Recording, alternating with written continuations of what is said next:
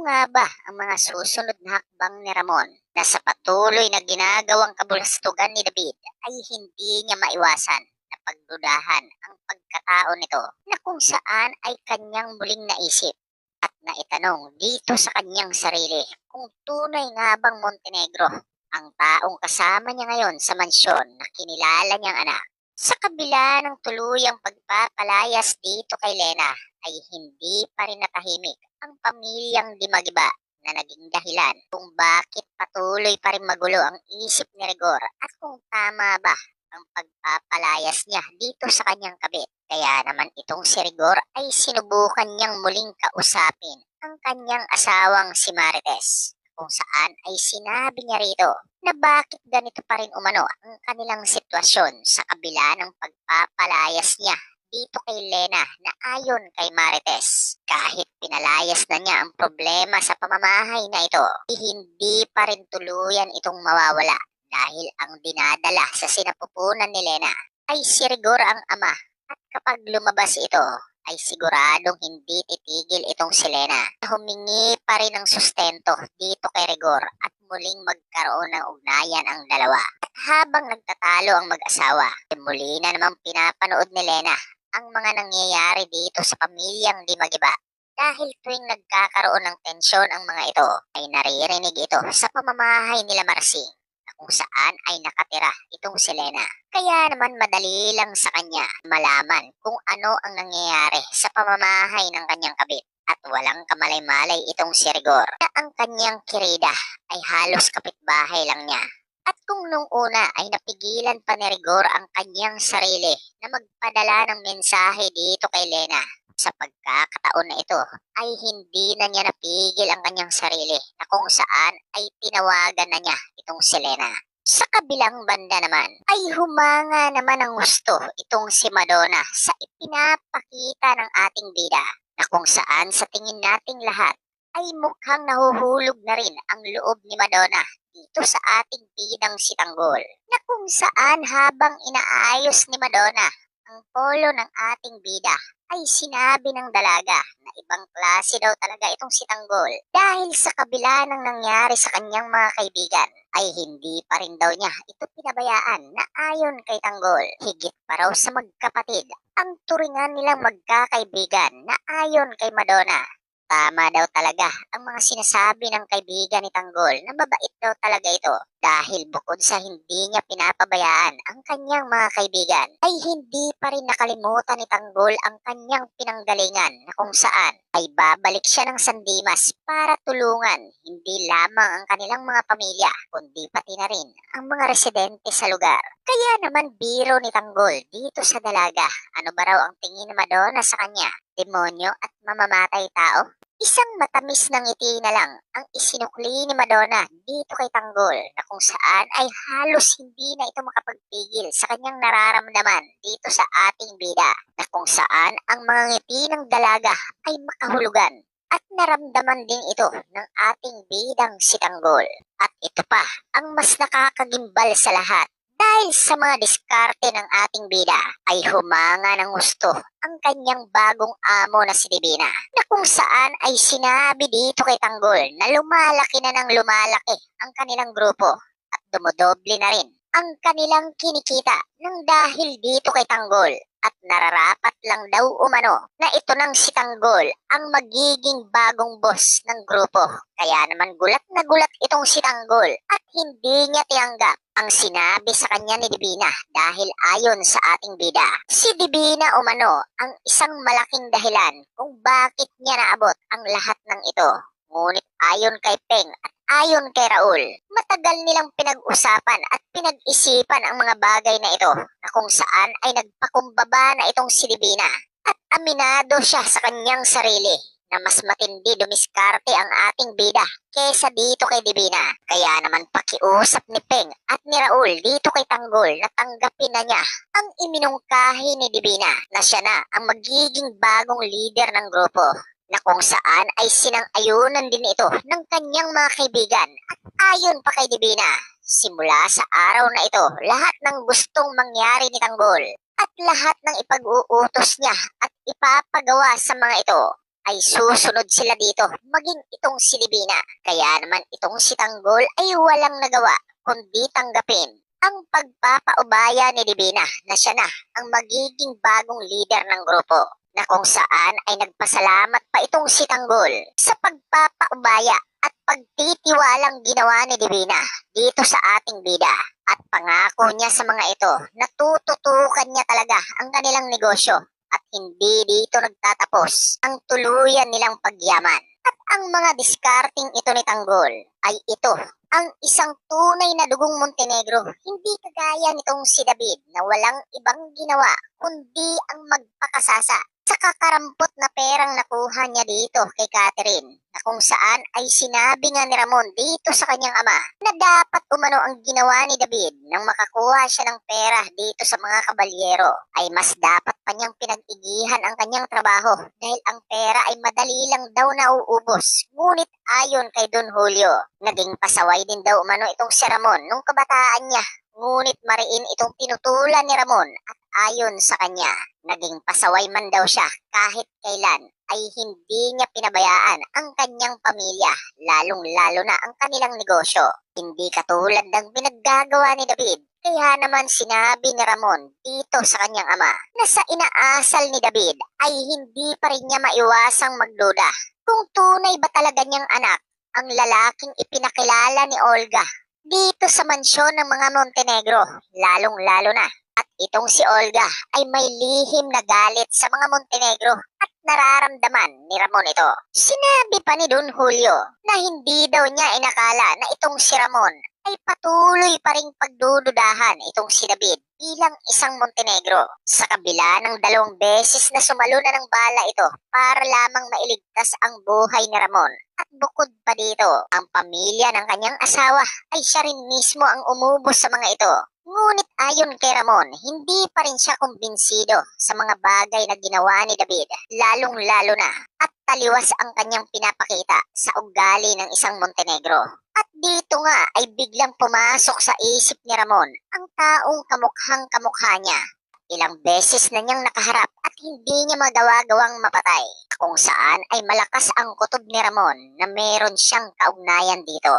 Kaya naman sa pagkakataon na ito ay muli niyang tinawagan itong si General Ribas para kamustahin ang pagligaw sa kaso para maidawit ang mga Montenegro sa pagkapaslang ng mga kabalyero, na ayon kay General Ribas ay nagawan na niya ito ng paraan. Ngunit hindi dito nagtatapos ang trabaho ni Ribas sa mga Montenegro dahil sinabi ni Ramon na nais ni Ramon na muling ungkatin ni General Ribas at alamin ang buong pagkatao ng lalaking kamukhang kamukha niya, dahil hindi pa rin nahahanap ni Ribas at hindi pa rin niya naaalam ang tungkol sa pagkatao nito dahil sa pangharang na ginagawa ni Olga. Kaya naman nais ni Ramon na sa pagkakataon na ito ay ipagpapatuloy ni Ribas ang paghahanap dito at pag-alam sa tunay na pagkatao ng ating bida, na kung saan ay sinabi naman ni Ribas na gagawin niya ang ipinag-uutos ni Ramon.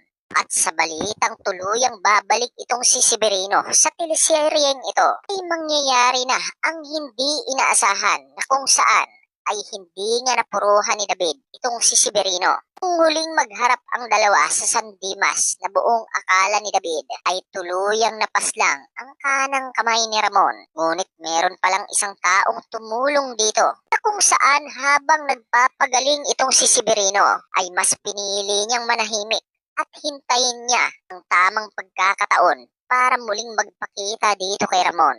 At ngayong tuluyan na siyang gumaling sa mga sugat na ibinigay sa kanya ni David ay panahon na para bumawi siya dito at isiwalat niya ang buong pagkatao ni David. Kaya naman itong si Ramon ay nagtaka sa isang numerong tumawag sa kanya na hindi niya nakikilala, at laking gulat niya nang sinagot niya ito dahil tinawag siyang boss ng nasa kabilang linya. Kaya naman tinanong niya kung sino ito, kung saan ay laking gulat ni Ramon nang sinabi ng nasa kabilang linya na ang taong ito ay ang kanyang tauhan. At kanang kamay na si Severino na buong pag-aakala niya ay napaslang na ito. Kaya naman gulat na tinanong ni Ramon kung bakit at paano nabuhay itong si Severino. Nabiro pa ni Severino sa kanya, masamang damo daw ang kanyang kanang kamay. Kaya naman kahit marami ang natamo niyang tama ng bala, ay nabuhay pa rin ito. Kaya naman sa pagkakataon na ito, ay tinanong ni Ramon kung sino ang may gawa nito sa kanya. Laking gulat ni Ramon nang sabihin ni Severino na ang taong may gawa nito sa kanya ay walang iba, kundi ang taong kinilala niya na kanyang tunay na anak at kasama niya sa mansyon ng mga Montenegro. Kaya naman nanlaki ang mata ni Ramon na kung saan ay tinanong niya dito kung paano nangyari at bakit pagtatangkaan ni Jesus ang kanyang buhay. Dito nga ay nagimbal ng husto itong si Ramon nang sabihin ni Severino na ang taong kasama niya sa mansyon ay hindi niya tunay na anak at impostor ito. Kaya naman sinabi ni Ramon dito kay Severino na magkita daw silang dalawa dahil gusto niyang makausap ng personal ito. At nagkataon naman na sa pag-uwi ni David sa mansyon ay wala itong si Ramon at ang sumalubong lang dito ay walang iba kundi itong si Olga at itong si Don Julio. Na itong si Don Julio ay sinabi sa taong inakala niyang tunay na apo na nag-alala sila sa lagay nito. Ngunit ayon kay David, in-enjoy lang daw niya ang perang nakuha niya dito sa mga kabalyero. Ito nga rin daw ang sinabi niya dito kay Ramon, ngunit galit na galit pa rin ito sa kanya at dismayado sa kanyang mga pinaggagawa. Kaya naman pagbabalaan ni Don Julio dito sa taong inakala niyang tunay na apo na kailangan niyang ihanda ang kanyang sarili. Lalong-lalo na ang kanyang magiging paliwanag dito kay Ramon sa oras na muling magharap ang dalawa. At walang kamalay-malay itong si David na mukhang ito na ang kanyang magiging huling pagsasaya bilang isang Montenegro. Dahil itong si Severino at itong si Ramon ay magkaharap, magkausap na kung saan ay dito isinalaysay lahat ni Severino ang mga nangyari at kanyang nalaman kung saan bago siya tuluyang mabaril ni David ay tinangka na niyang tawagan itong si Ramon para sabihin ang tunay na pagkatao nito. Hindi makapaniwala itong si Ramon nang sabihin ni Severino sa kanya na ang taong kasama niya sa mansyon, ang totoong pangalan nito ay David Di Magiba at hindi Jesus Nazareno Di Magiba na kanyang tunay na anak. At ang taong ito ang pinakilala sa kanya ni Olga dahil ayaw ni Olga na makilala ni Ramon ang kanyang tunay na anak dahil itong si Tanggol ay malaki umano ang atraso dito sa kanyang peking kapatid at ito din daw umano ang pumaslang sa kanyang anak na si Greg. Ngunit kaya daw ginawa ni Tanggol ang mga bagay na ito dahil pinagtangkaan daw umano ni Greg ang kinilala ni Tanggol na kanyang mga magulang at ipinaghiganti lamang niya ito.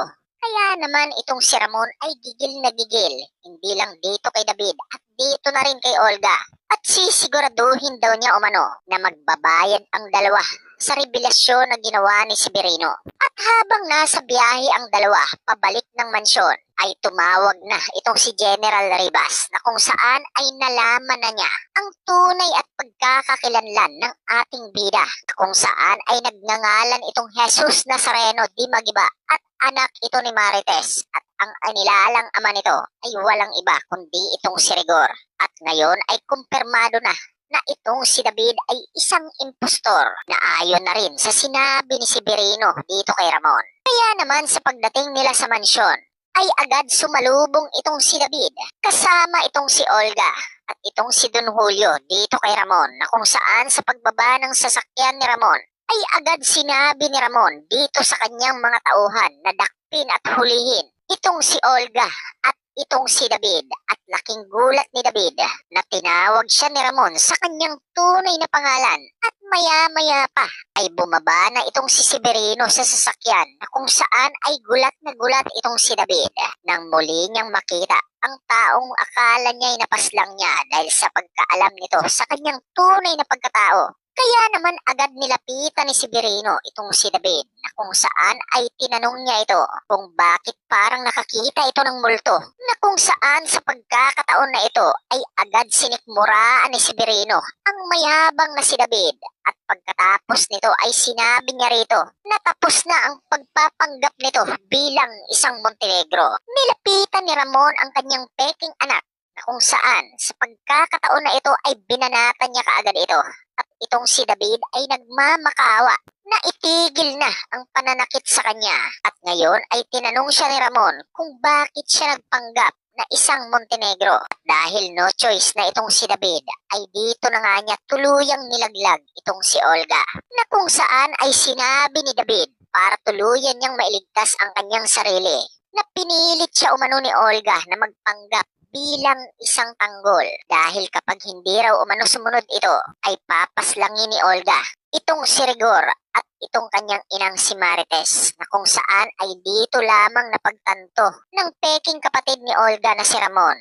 na maaaring itong si Olga nga ang nagtangka sa buhay ni Marites at ang mga tauhan ni Ramon ay kinaladkad itong si Olga paharap dito sa kanyang peking kapatid na kung saan ay kinumpronta niya ito at tinanong kung bakit niya kailangang ipagkaila at itago ang kanyang tunay na anak na si Tanggol na ayon naman kay Olga. Si Tanggol umano ang pumaslang dito kay Greg at naging dahilan din ng pagkamatay ng kanyang anak na si Bubbles na anak nilang dalawa ni Marcelo na ipinagkait na tanggapin ni Don Julio bilang apo ito ng mga Montenegro.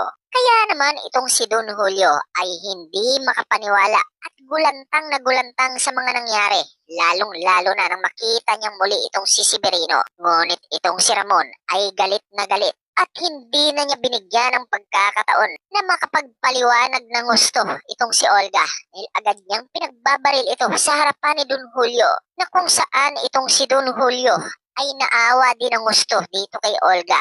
Dahil ano't ano pa man ay tinuring pa rin niyang anak ito. Kaya naman itong si David sa pagkakataon na ito ay naihina sa sobrang takot. Dahil baka isunod siya ni Ramon dito kay Olga. Kaya naman itong si David ay nag-isip na ng paraan kung paano niya maisasalba ang kanyang buhay sa pagkakataon na ito.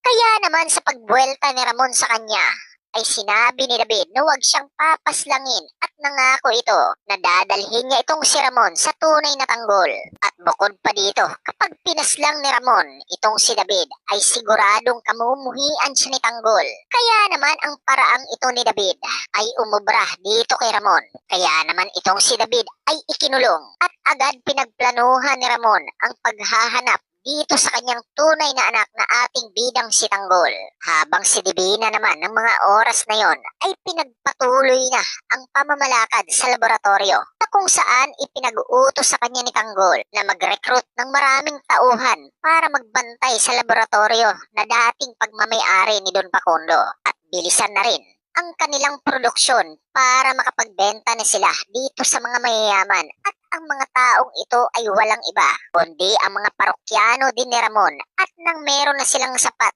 na produktong pwede nilang ibenta ay agad na nilang inumpisahan ang kanilang negosyo na kung saan sa unang transaksyon ay matagumpay ang mga ito at tuwang-tuwa ang kanilang mga parokyano dahil bukod sa dekalidad, ang kanilang mga produkto, kagaya ng produkto ng mga Montenegro, ay di hamak na mas mura ito. Kaya naman laking gulat ni Ramon na sa dami ng tauhang nirekrut ni Tanggol ay agad kumalat ang balitang ito at ang mga dating parokyano ni Ramon ay ayaw nang kumuha sa kanya ng produkto dahil meron na daw silang bagong napagkukunan at hindi matanggap ito ni Ramon dahil matapos niyang malaman ang tunay na pagkatao ni David ay ito naman ang sumunod na dagok sa kanya at mukhang sunod-sunod na raw ang nagiging kamalasan sa pamilyang Montenegro. Kaya naman ipinag-utos niya dito kay Bullet na alamin kung sino na naman ang sumusulot sa kanilang mga negosyo na kung saan ay hindi man lang ito natakot sa ginawa nila dito sa mga kabalyero. Kaya naman itong si Bullet ay agad nagsaliksik para alamin kung sino ang taong ito na merong lakas ng loob na kumalaban dito kay Ramon. At nang bigo itong si Bullet na malaman kung sino talaga ang kumakalaban sa kanila ay dito naisip ni Ramon na baka ang Red Phoenix na naman ang tumitira sa kanilang negosyo. Kaya naman ito ang pinagbalakan ngayon ni Ramon na isunod dito sa mga kabalyero dahil banta rin ito sa kanilang negosyo at bukod pa dito ay hindi pa niya ito tuluyang nasisingil sa ginawa na paglimas sa kanilang produkto at sa pagtatangka sa kanyang buhay. Kaya naman tutok lang mga kapamilya at sabay-sabay nating abangan kung magtatagumpay nga ba itong si Ramon sa tuluyang pagpapatahimik dito sa Red Phoenix at ano nga kaya ang magiging reaksyon nito kapag nalaman niya na ang umaagaw sa kanyang mga parokyano ay walang iba kundi ang kanyang tunay na anak na si Tanggol. Kaya naman kung nais mo pa na lagi kang updated sa teleseryeng ito, ay huwag mong kalimutan na i-like ang ating video. Sabayan mo na rin ang pag-subscribe at i-hit mo na rin ang ating notification bell para lagi kang nauuna sa mga pinakasariwang kaganapan sa teleserye.